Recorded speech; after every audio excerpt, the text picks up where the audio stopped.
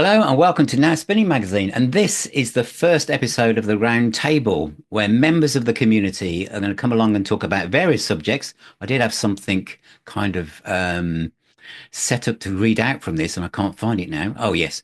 So this particular episode is going to be about new release reactions, mainly stuff that's, well, mainly everything that's been released from 2025, something that's spoken to us that we felt it could have a little bit more love or little bit more attention thrown upon it. And it could be something brand new that many of us aren't very aware of ourselves, or it could be something that's fairly well known, but maybe some of us have missed out on it so far. We'll also be doing album ranking debates and deep dives into specific artists, spotlights on specific years, albums that shaped us, albums where we feel that every home should have one, and all sorts of different subjects. And we're open to any ideas from you, the audience, as well as what you'd like to see us talk about.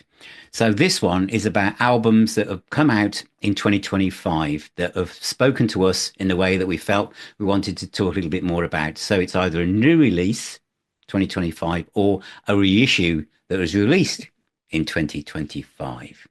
So I've got my team amongst us here, and I'm going to go over on my far left, which is probably completely different to you where you're watching, and it's Andy. Andy Old. So what have you got brought with us to show us today? I have got Nad Sylvan's Mentata. Oh. Now, this came out in June, I believe, and it's actually Nad's eighth studio album. So I've actually got the vinyl as well, but I bought the CD because there's an extra track on the CD, not on the vinyl, which is well worth having. So it's a very nice little package. Yeah.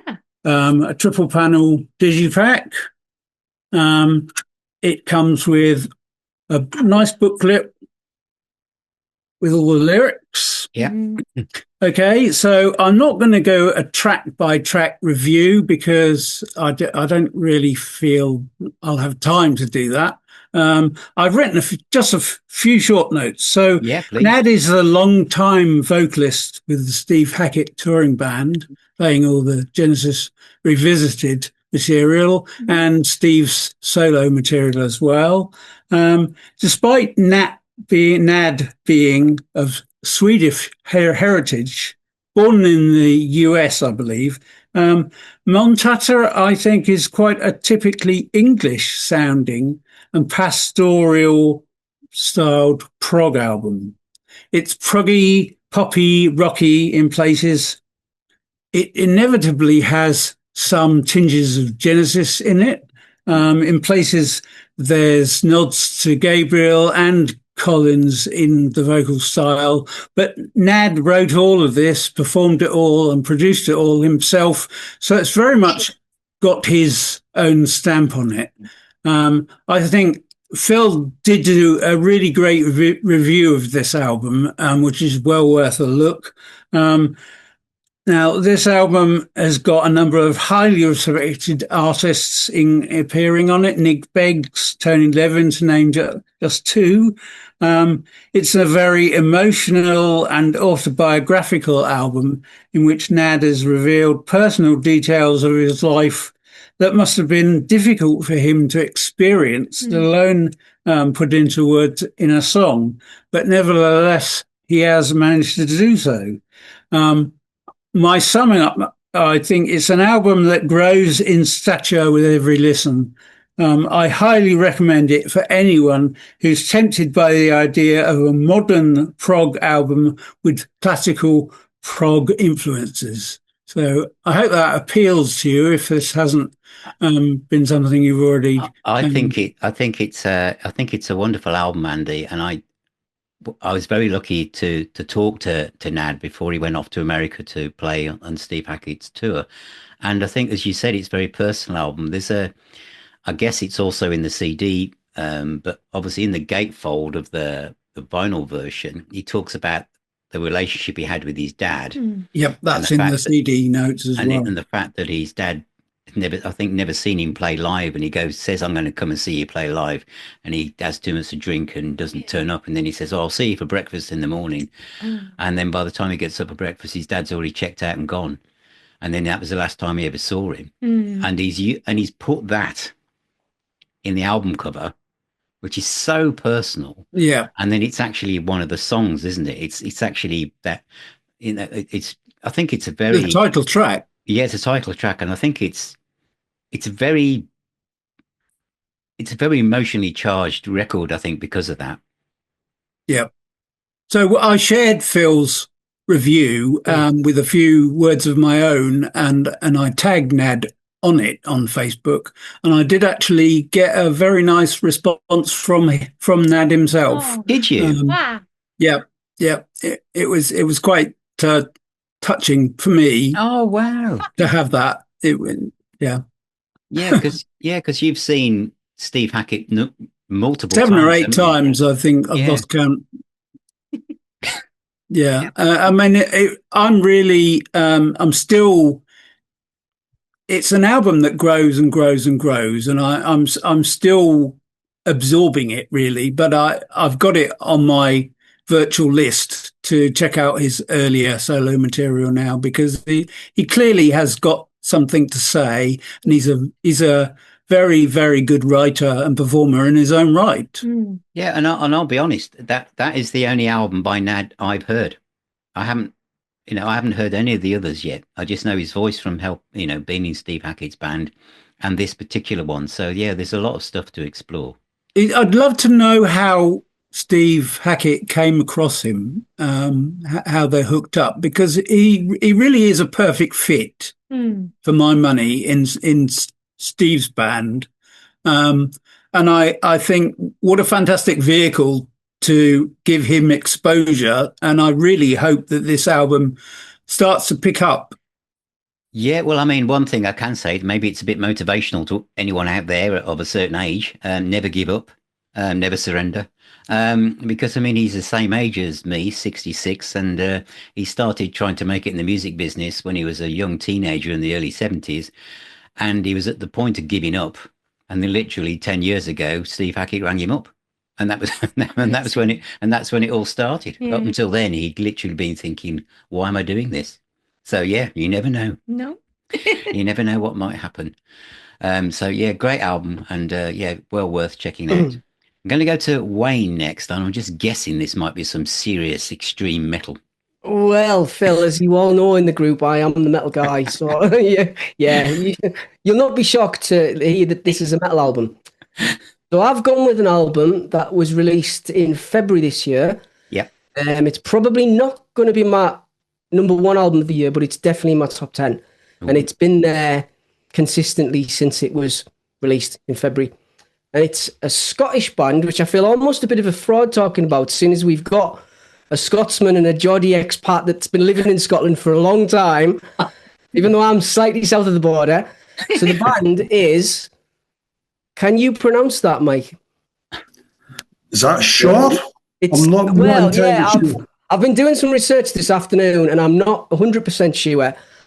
The band were formed in 2013. This is the 6th album, and I'm still not quite sure how to say the name.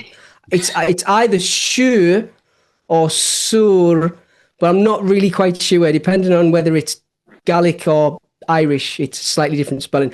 It translates as the word free or freedom. So, yeah, as expected, it is a atmospheric black metal meets atmospheric black metal. Atmospheric black metal meets Scottish folk music. And the guy, Andy Marshall, the guy who's the mastermind of the band, describes it as Caledonian metal. Wow. So, there's a long tradition within metal music of having folk elements within the music.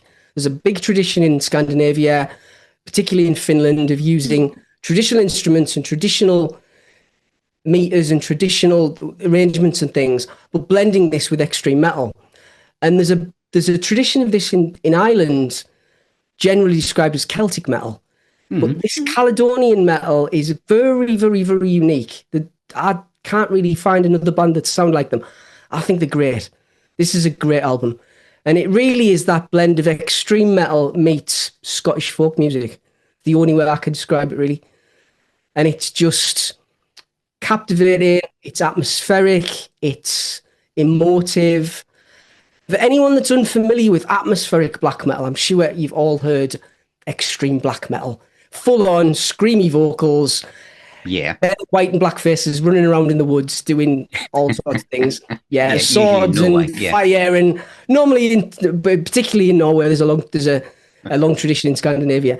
Burning down churches and things. Yeah. Well, Yeah. no, yeah, we'll not quite get onto that tonight, Pontus. But yes, No. yeah. But with the atmospheric black metal, it's almost taking it a step further, where it becomes. The only thing I can describe it is being akin to is it's more like a classical music. The drums and the guitars are at such a pace that it almost becomes like a drone. So for me, it's almost as though the drums themselves they lose all sense of rhythm. It's going so quickly, it just becomes almost like a pad on a synthesizer, and it's encapsulating. It's overwhelming. I love it. I listen to lots and lots of this kind of stuff, but it's not head banging music. It's not your traditional. It's not Iron Maiden and it's not even Slayer or thrash. It's more. It's not even death metal. It's almost more akin for me to a classical piece. Wow. Where it's almost it's almost like a string section because it's so quick. The drums lose all sense of rhythm. It almost becomes like a pad. And how do they bring in the folk elements into that? Or is well, particularly with Saor, I'm not quite sure again how you pronounce it. Yeah. It's more it's traditional Scottish instruments. Oh, I see. So, yeah. So you've got the traditional Scottish elements of there's one track on it with bagpipes, but it's mostly fiddles, penny whistles, that kind of more traditional instrumentation. Yeah. But yeah, as I say, released February, easily going to make my top 10 list for the year. Great album, great band. If anyone's interested, check it out. Yeah. You might like it. You might not like it. Yeah, there does seem to be a trend of bands picking names that are impossible to pronounce. I've actually got I've got a couple of them here that I've been sent to review, and there's what's that one? PRYR prayers or yeah. But yeah, it's sometimes when people say, "Oh, fancy doing an interview," and I look at the name of the band or the thing, Art Sync. Can't pronounce it, how am I going to pronounce that? But that sounds really interesting. Yeah, it does. Anything that mixes black metal with bagpipes sounds like it's. And it really is. I mean, as I say, Andy, the guy who's the mastermind of the band, there's a long tradition in black metal music of lots of solo projects. People who aren't familiar are kind of probably not quite aware of this, but there's lots of bands that happen to just be one person who plays on everything. And there's a long tradition in extreme metal of bands not performing live. It's just all done in the studio, and the albums are released. Some quite big names within the scene haven't played live for years and years and years. So yeah, the guy who's the mastermind behind this actually has another more traditional black metal band called Fuath, which I think in Gaelic means hatred. So yeah, another difficult to pronounce word. Yeah. Yeah. Yeah. But yeah, this is much more rooted before we move on, that's really interesting that there's a band that potentially don't play live, because it must be so much more difficult now that you might have a very large following online. Yeah. But if you decide to play a gig and you're playing, let's say, Hull, and only 3 people turn up because that's the only number of people who've never ever heard of you, but globally there's 30,000, but they're scattered over the planet Earth, then obviously doing it as an album-based project and not playing live, or maybe doing a video instead, probably makes a lot of sense, doesn't it? And I think as well with the tradition in extreme metal, because as you say, it's a very niche genre, there's been a long tradition even since the 90s of bands not playing live. There's some big names in the scene. Darkthrone, famously, one of the founding fathers, if you like, of Norwegian black metal, played live very, very, very sporadically early doors back in early 90s. But really since the mid-90s, they're a two-piece. There's only 2 of them in the band, and they haven't played live for 30 years. Wow. And yet are still producing albums consistently every couple of years and putting stuff out, and fans still want to buy it. So there's a long tradition in extreme metal of not playing live. Yeah, very interesting. And there probably is in other genres as well now. Yeah, right. I'm going to stay across the kind of Scottish field. I'm going to go to Mike, who I believe a lot of your collection is sitting in boxes because you're moving house. So you managed to get one that's arrived. Yep, absolutely. Hot off the press, so to speak. The new album from Cheap Trick. Cheap Trick. Young band, you maybe never heard young of them. band, brand new. Yeah. On the basis of this, though, they've got a great future in front of them. Not long out, this one. And I suppose to the faithful, to the converts to Cheap Trick, all joking aside, the question's going to be not, is it any good? The question's going to be, how good is it? Yeah. And I'm pleased to be able to say that it's really rather good.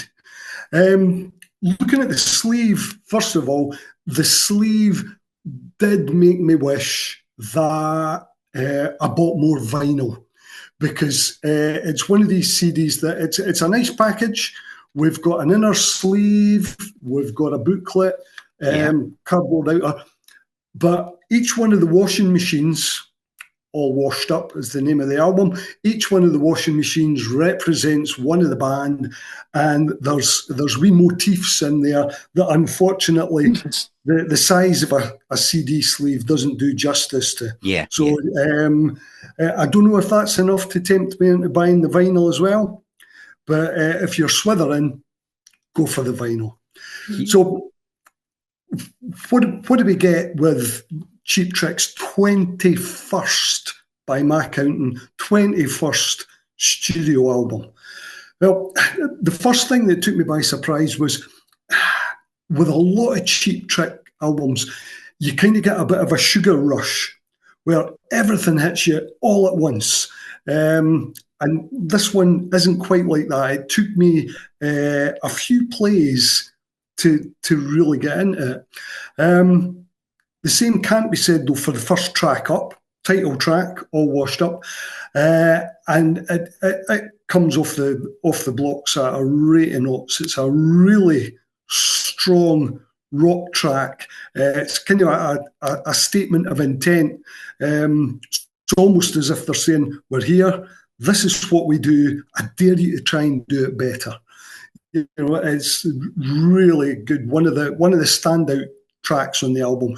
The lyrical motif, Touch Me, You Know You Wanna, it's the band that they're most lascivious, and none the worse for that. Next up is another rocker, All Wrong, Long Gone, slightly less frenetic, and this one sounds even more typically Cheap Trick. It's really good. Next up, the next track, I got a bit of an Aerosmithy vibe from it. The track that's called The Riff That Won't Quit. Well, it has and it doesn't. It's another track that I think live is just going to, as Michael Caine might say, and I won't treat you to an impression, it will blow the bloody doors off. A real cracker. Next one slows it down a wee bit. A track called Bet It All. A different vibe, a different atmosphere to this one. There's a real hint of menace to this one. It's got a great guitar solo, to these ears anyway. And a quick word about Rick Nielsen's style of guitar playing at times. And this solo is a good example of it. To the uncharitable, he sometimes sounds like he's playing like he's on the verge of losing control, or like he's falling off the back of a bus. I prefer to think of him careening about the studio, playing and gurning and doing all the stuff that he does live on stage. And that comes over in this solo. But you've got to be aware that it takes a lot more artistry than you might think to sound like that. It takes a lot of care to sound so careless isn't the right word. Carefree is maybe a better word for it. Next up, we get treated to the big ballad on the album. It's a track called The Best Thing. So if you hold this up to the flame, pun intended, it stands up really well. Oh, this is one that if I was going to get married again, if she'd have me, this would be right up there in first dance, bride and groom's first dance territory. It's a kind of song that if you look about you in the crowd when it's playing live, you'll see big grizzly old rockers surreptitiously reaching out for their significant other's hand to give it a wee squeeze while that one's on. You're selling this album really well, Mike, by the way. I haven't heard one track off this, but already I'm thinking, should I open my Amazon tab already? Well, definitely. That being said, the next couple of tracks, 12 Gates and Bad Blood, if I've got a criticism, it's that there's 3 tracks in a row that are almost of the same pace, but you kind of need that. It's not that the first tracks are really fast, but there's a real intensity to them. And you maybe need that light and shade, just a bit of time to get your breath back. But you're soon back up on the floor, dancing with the band. Great song. I got a bit of a Stonesy vibe off of this one.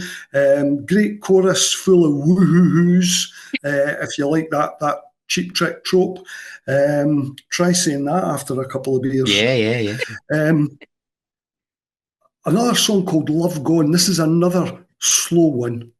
In keeping with the lyrics of the song, this one almost sounds like something winding down, really different. And it's only towards the end you're caught thinking, oh, that was really quite lovely. Tom Peterson, the Cheap Trick bass player, he's all over the album, pinning things down, holding things down. He's never flashy, but he's always interesting. And on the next track, Long Way to Worcester, he seems to rumble along, owning that one. It's a funny track. It comes over to me a bit like, well, with Cheap Trick, the chat about the Beatles is never far away. Mm-hmm. But with this one, I wonder if it's maybe more Jeff Lynne than the Beatles. Yeah, I always thought there was a big Jeff Lynne thingy going on with. Yeah, well, this one sounds like it might be a much more robust Travelling Wilburys track, but a good one nonetheless. Final track, Wham Boom Bang, totally different. It kind of swings along. I've always, is it this one or is it another track? I've been a sucker for finger snaps ever since I saw West Side Story, and there's one of the tracks here has got them, and it's great. Wham Boom Bang. Swing time, it's a nice touch of woodwind, and it's another one that similar to the ballad, it shows off Robin Zander as a master singer. Robin Zander spent some time in Edinburgh in either the late 60s or the early 70s, so we're claiming him. He must have picked something up here that's gone into his genes, giving him that voice for that length of time, kind of like in a different way, a bit like Paul Rodgers. He never seems to strain for anything. It's a perfect illustration of the line that I think John Williams, the classical guitarist, said, where he said, "If you play within your limitations, nobody will know you have any." Very good. Yeah, very good. That goes for Cheap Trick here. Is this album, is it classic Cheap Trick? I don't know. That's for wiser heads than me to decide. What I think is it's 10 times better than anything I think we had a right to expect from a band at this stage. Great stuff. Wow. Superb, Mike, that was. Very good. I think this will probably sell oodles of Cheap Trick albums. It deserves it. I'm not blowing smoke anywhere near the band. It's that good. Yeah, because I haven't heard anything from this album yet. Obviously, I knew it was coming out, but that it sounds well worth it. So thank you. That was brilliant. Right, I think we'll go to Sweden now. All right. Hi, Pontus, and what is it Uh, you've brought to share with us? well, you talked about having a reissue or a new release, I and I'm did. Yeah. going to I'm going to go with a posthumous release almost. The new Cardiacs album. Right. Okay. Yeah. LSD. This is the first time I've bought LSD in public. I must admit that. It's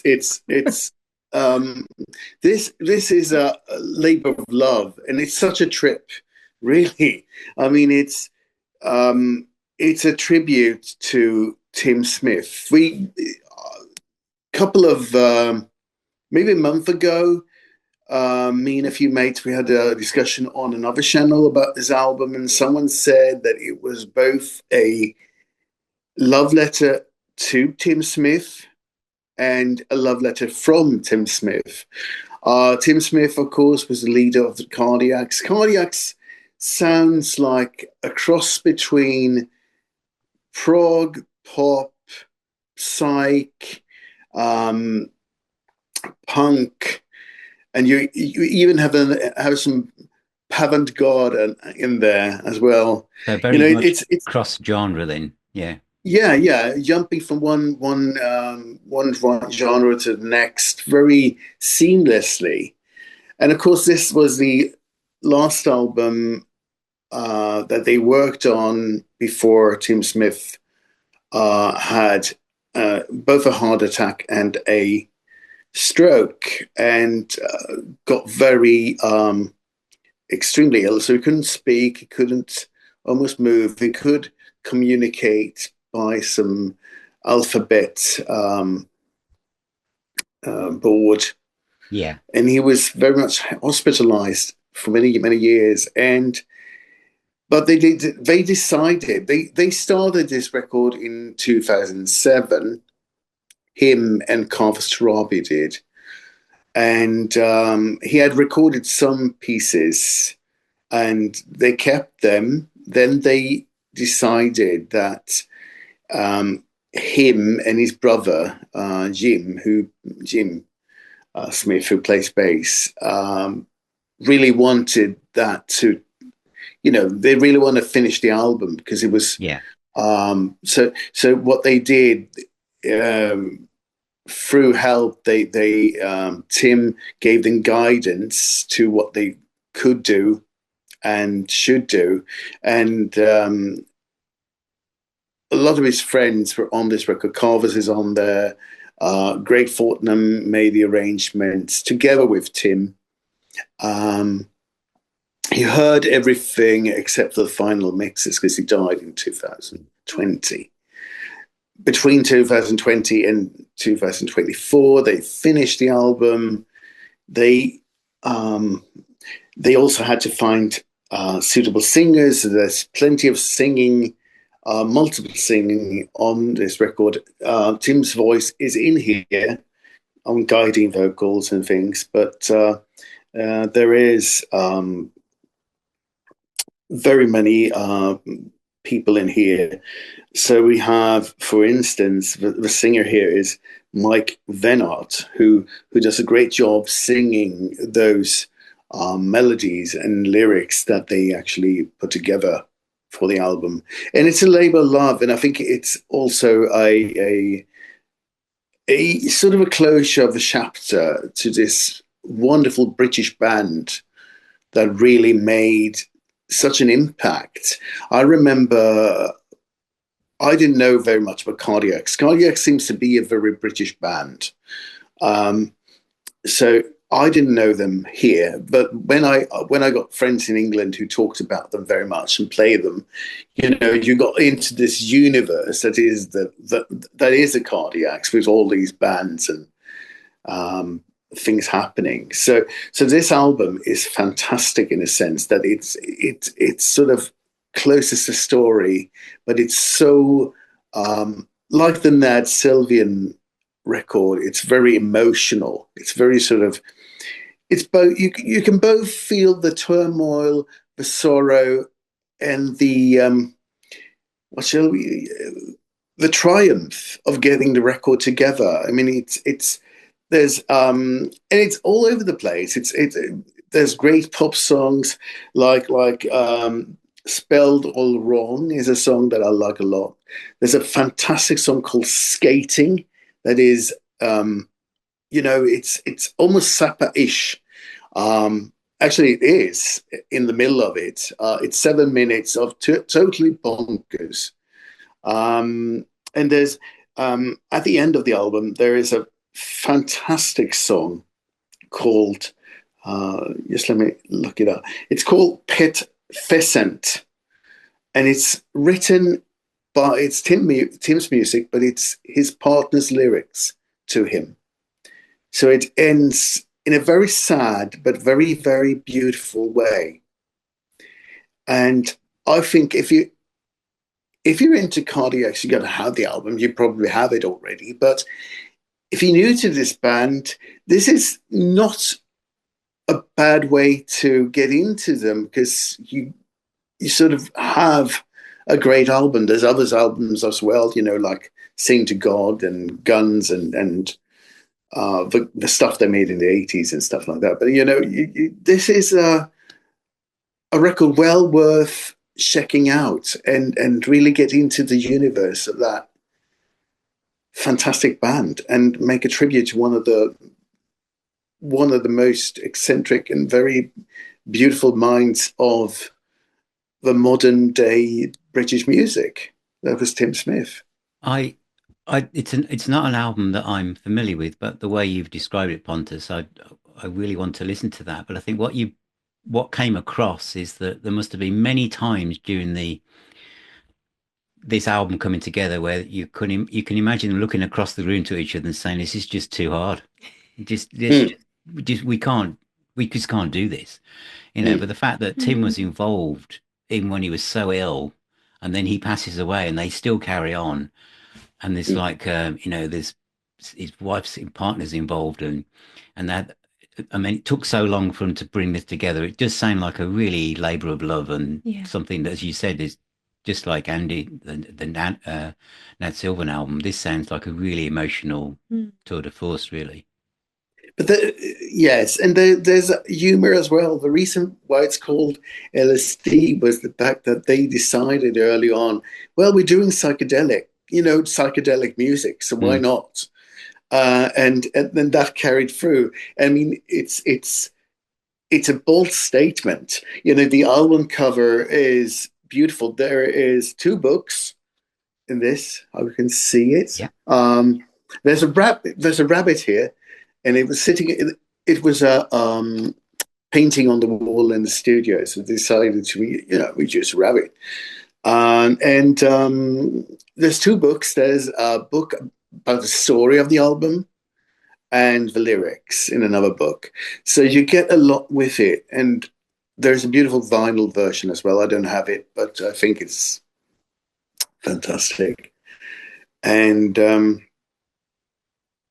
I highly recommend it. Okay, brilliant. Thank you. Thanks very much, Pontus. Andrew, what do you have?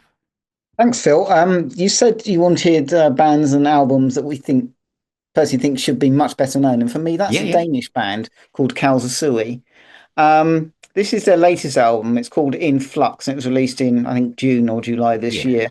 They've actually been going about 20 years. They started as a stoner rock band, and after a couple of albums, their vocalist left, and they changed the sound. They didn't really abandon the stoner rock stuff. They're still kind of wah and a lot of fuzz and stuff.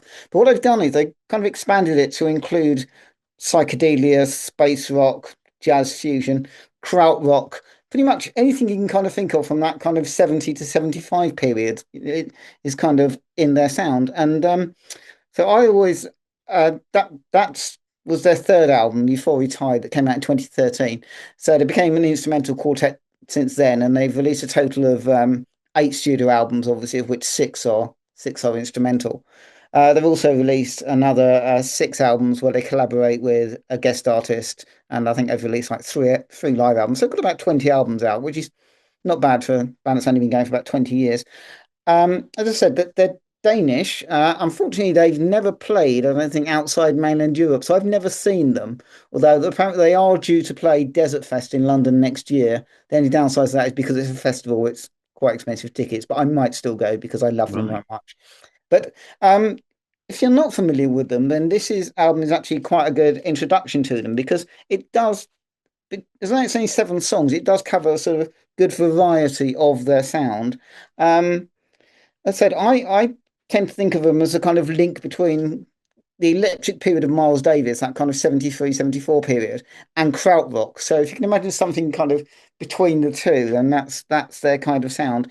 I mean, a favourite track for me on this is a 16-minute track called Astral Shores, and it does kind of on its own manage to cover most of their sound. It starts off kind of quite spacey. It's quite reminiscent of early pre-Dark Side Floyd, so a bit of kind of echoes, a bit of kind of Set the Controls for the Heart of the Sun, that's kind of in there, and then it moves into a kind of motoric, rhythmic kind of phase, and then kind of goes quite sort of stonery with some real kind of really heavy kind of wah and fuzz, and then kind of fades out. So it's quite a nice sort of introduction to the kind of overall tone. But I think if you're a kind of fan of that early Floyd, maybe sort of early Hawkwind, Electric Miles Davis kind of Can or Noi, I think it's definitely an album you should kind of check out. And I really think they need to be better known, because they are quite an incredible band. Again, it's that's another something else I'm not familiar with at all. But what's the instrumentation in the band, Andrew? It's guitar, keyboards, bass, and drums. So it's just nothing. They made 3 sessions albums with a saxophonist, and I think they've had a saxophonist live as well, kind of adding more to a jazz influence.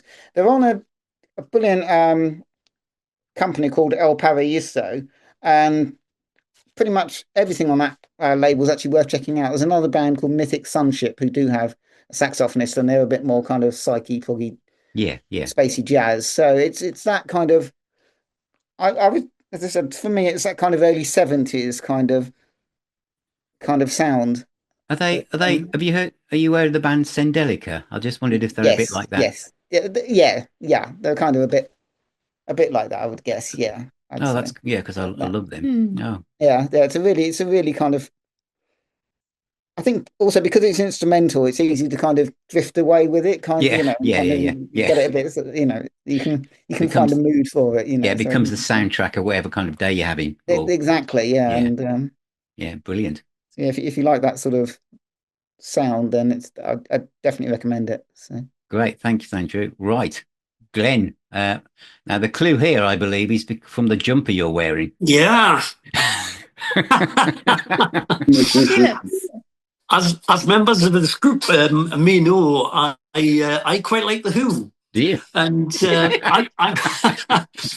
I'm going to buck the trend a little bit here, in the sense of I'm going to talk about the Who's latest live album release, which was 22nd of August this year.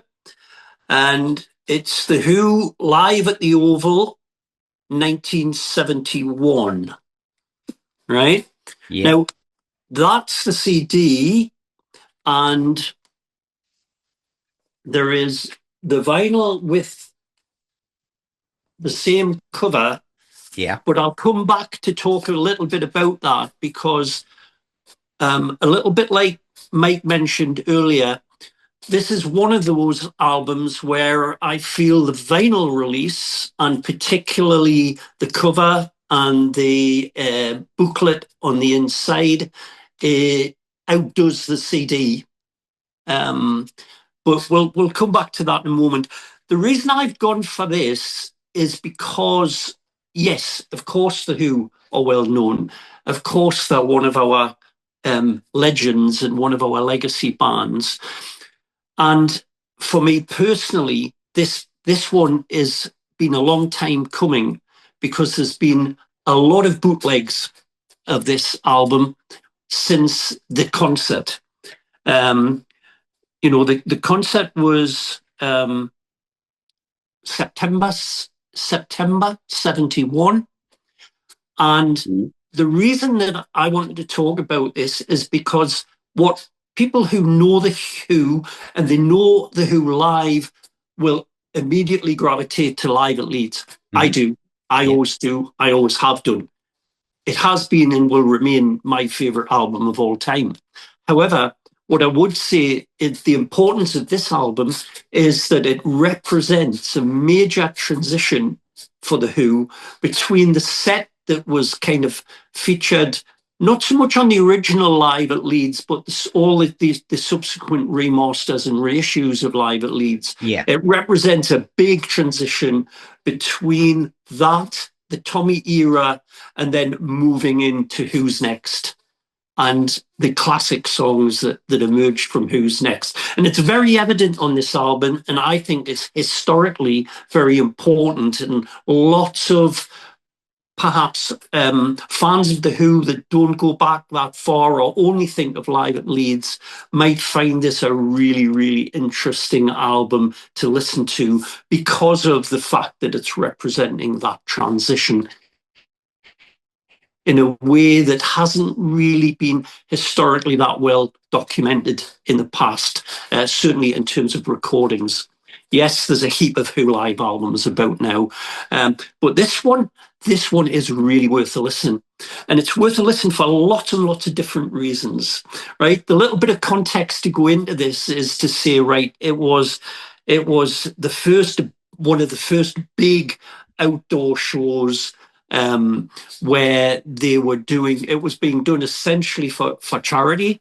It was the Goodbye Summer Famine Relief for Bangladesh show. It had a wonderful bill.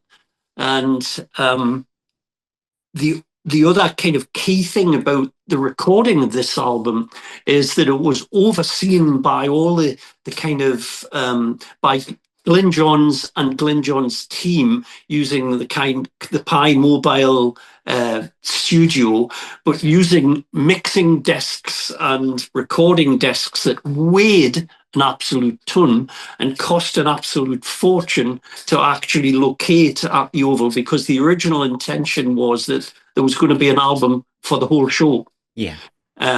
So I have to say right up top that the album has been brilliantly restored from the original 8-track master, and they've done such a good job on the remixing and the remastering, and the sound, given the time and given the environment in which it was recorded, is really very, very good. So what I would say is that it's also worth a listen with the headphones or the buds, simply because for such a big show, there's parts of it that are really quite intimate in the way you listen to it, because it, unlike Live at Leeds, for example, and the temptation obviously is to compare it to Live at Leeds, but it is a different live show, and I'll come on to that in just a tick. But there is an intimacy about listening to the set that Who played, particularly for a lot of the in-between song announcements and banter, and particularly some of the stuff that Townsend says.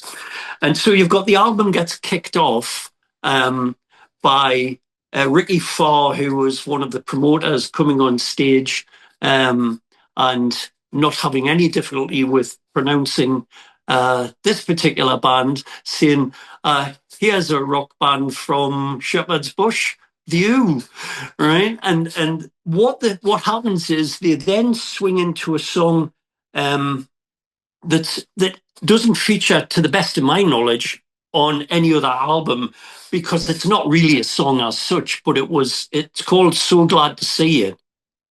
And it was Townsend and Daltrey warming up and testing out, because there hadn't been much time to do sound checking, apparently, testing out this mega brand new PA system that they had. 20 grand it cost them back then in 71. Weighed 7.5 ton, this PA system, and they used these about 1.5 minutes of this song just to test it out. But what happens then is it goes into Summertime Blues, which was, part of the classic original starting songs for Who live sets. But then, bang, out comes the first couple of Who's Next tracks, which would not be the ones that you would immediately think of, because they go into My Wife, John Entwistle's number, and then into Love Ain't for Keeping. And both of those are great. That performed really well. John sings well on My Wife, and Love Ain't for Keeping, that hadn't been aired very much. I have to say, my from a personal point of view, this was the year that I first got to see The Who live, 1971, and this concert was probably in between two of the best Who shows that I've ever seen. So they were on form at this show. They go back into a couple of classics, Can't Explain and Substitute, which hitherto would have come a little bit earlier in the set, but this was them integrating Who's Next material. Then they go into Bargain. Now, I have to say, for that track alone, this album is worth listening to, because this is a version of Bargain which is just sensational, in my humble opinion. Mm-hmm. And I've seen The Who live lots and lots and lots of times, and this is as good as it gets, considering they were still really warming up the Who's Next material for the big tour that was to come October, November time in 71. Then Behind Blue Eyes, similar kind of comment, that Behind Blue Eyes sounds really good. Daltrey's doing well on it. And then comes Won't Get Fooled Again. Now, this is Won't Get Fooled Again in the middle of the set. Won't Get Fooled Again is now The Who's, and has been for many, many years, The Who's big closer. It's the big anthemic finale to a Who show. But when they were doing this, they had it right in the middle of the set, because they were still making this transition between the bombast of the extended versions of My Generation and Magic Bus and so on, which still happen on here, but they decided to put those kinds of songs in the middle of the set as they kind of were feeling their way into the Who's Next material. And I think it's really, really important to see how they've transitioned and made that adjustment. What then comes after Won't Get Fooled Again is Baby Don't You Do It, and then Pinball Wizard. Again, they're playing around with a set. Baby Don't You Do It kind of started getting put into the set and then dropped out for a while and came back in. Pinball Wizard, of course, is Pinball Wizard. And then we got what's the more classic finale of a Who show, which was See Me, Feel Me, The Listening to You, My Generation, Naked Eye. First time Naked Eye hadn't been put out on record by then. It was still quite early, but they were testing it out in the set as well, because Townsend was looking to find a place for Naked Eye. It was a good song, extended song again. They continued to play that live for some time afterwards, and then of course Magic Bus. Now, Magic Bus is not my favourite Who song by a long way. But the extended version on Live at Leeds was fantastic, and the extended version on this one matches it, if not maybe even a touch better. It does finish off with a little bit of chaos, which you can kind of hear. Not too bad, but you can hear there's a bit of chaos going on as Keith Moon kind of just basically walks through his drum kit.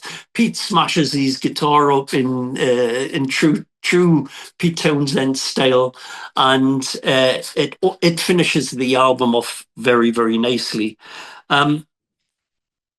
It's a great album of as I've said before, of historical importance as far as I'm concerned, and it may not be recognised as in the same way as Live at Leeds, but it probably deserves to be because of what it represents.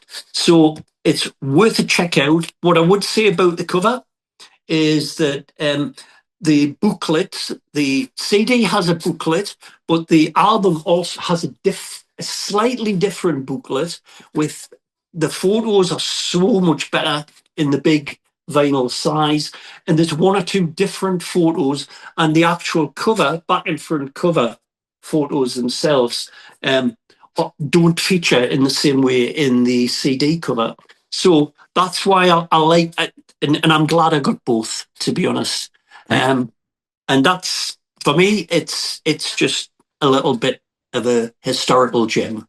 Well, obviously, Glenn, I can tell that this is your one of your favourite bands, and obviously this is a absolutely tailor-made album for you to talk about. What I would like to ask though is, I actually have this one, but I'm going to be honest. At the time of doing this, I still haven't played it. It's been on my to play pile, and and I think it was because I bought the Who's Next Super Deluxe, absolutely huge box, and I thought, why wasn't that in there? And the cover looked a bit AI generated, and I thought, and lots of people said, oh, it used to be a bootleg. It's been a bootleg many, many times. So I kind of filed it away thinking, well, it's going to sound like a bootleg. But as you've said there, it's recorded on 8-track, so it was recorded professionally. It sounds fantastic. Why did it take so long for this to appear?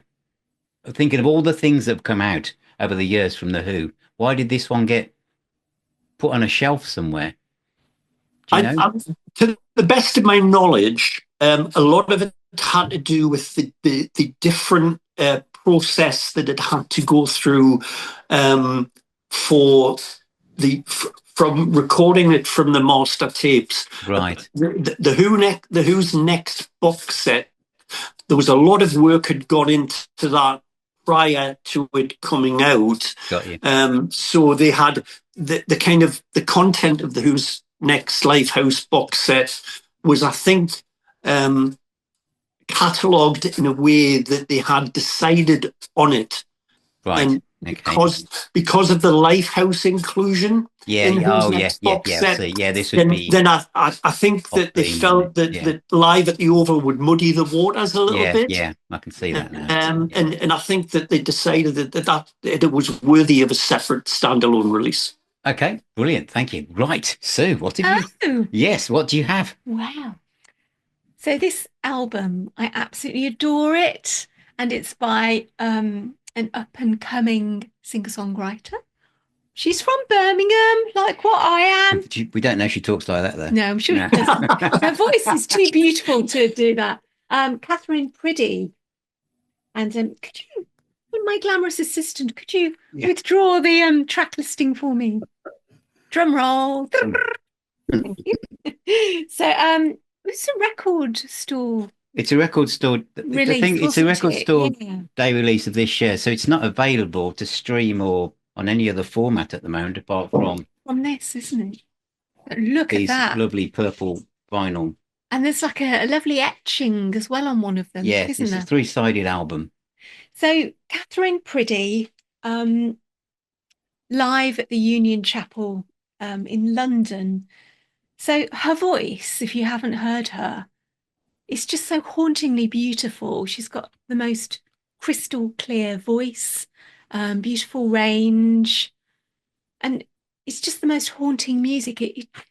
It's really affected me, this music, and it kind of takes a lot to affect me like this, having heard lots of music and worked professionally on string arrangements and all sorts of music, and having worked with lots of musicians and taught music as well. But there's just something about this that it's just perfect. She's absolutely perfect. So Katherine teams up with another incredibly talented singer-songwriter, George Boomsma. And we've covered one of his albums as well. The two of them together are just the most wonderful combination. And also not forgetting equally talented Harry Fowsing-Smith, who plays the violin absolutely in such a gorgeous way.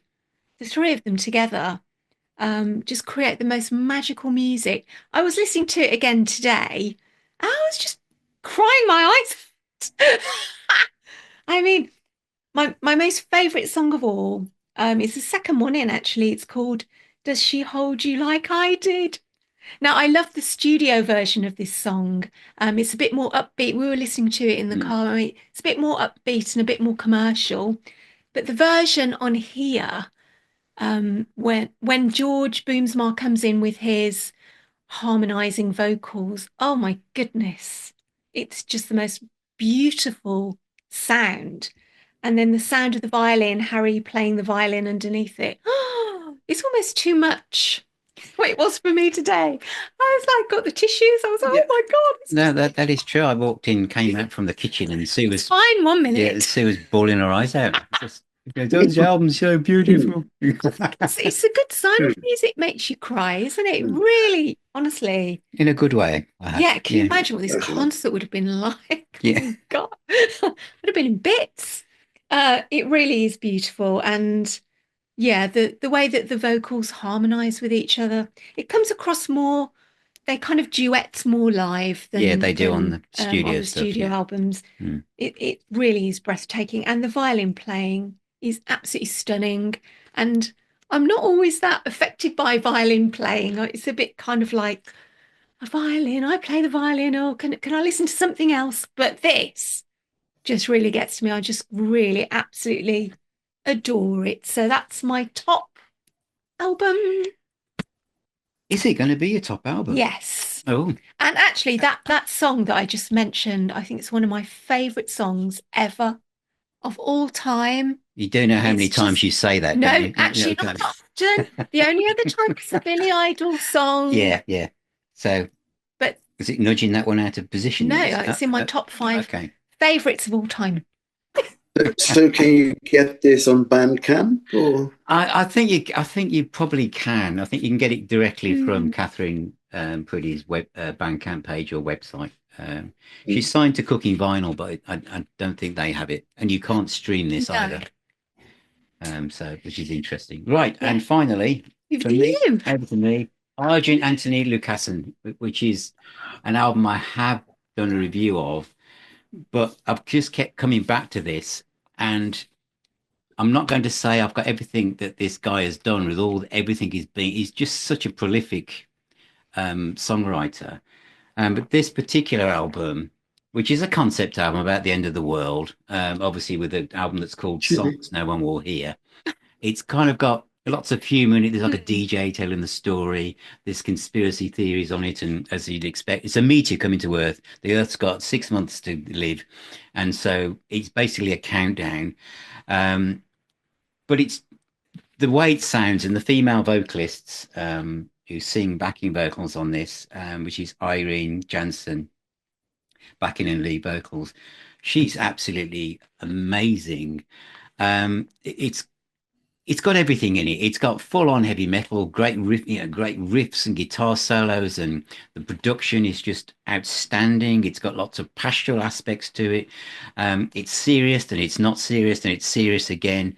But the side that I play a lot is actually the side on the vinyl one where they've called it the bonus tracks, the songs that basically Arjen wasn't quite sure where to stick into the story.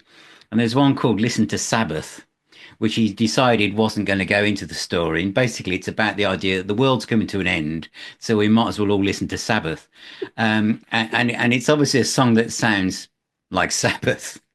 But just to add to the Sabbath twist, there's a song on there called Die Young, which is a Sabbath song, but it's done completely different arrangement. It's kind of like a really groovy kind of laid back thing. It's obviously the song From Heaven and Hell by Black Sabbath, but it's done in a totally different way.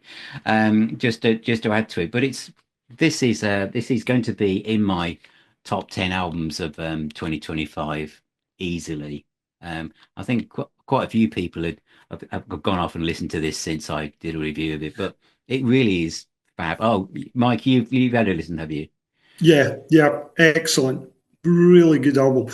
Plenty of variety in there. You know, if you're not sold on the style of one song, hang about a bit. It'll go somewhere else. And as you say, the female vocals that back up Arjen's voice, strikes me he doesn't have the strongest of voices, but he's more than ably supported on this album. And including by the instrumental players as well. Yeah, it's absolutely superb. Right, wow. We've done it. We managed to keep all of that to a succinct 60 odd minutes. Brilliant stuff, eh? Brilliant. Well, thank you, everybody, for being part of this panel, the first one we've ever done under the Nad Sylvan magazine banner. And thank you for all your suggestions and what to listen to. I'm certainly going to be listening to quite a lot of new stuff. Yeah, it was lovely the way everyone was talking so passionately about the music. It really does make you want to listen to it. And I love the idea of the fact is that there's so much out there to listen to that's just literally one person away to introduce into something brand new. But folk-based black metal could be where we're heading, or Cheap Trick, who knows? or the Cardiacs, or definitely the Who. All of them. Katherine Priddy. And Katherine Priddy. Well, thanks everybody, and we'll see you on the next episode. Thank you. Thank you. Thanks. Bye. Bye. Bye, everyone.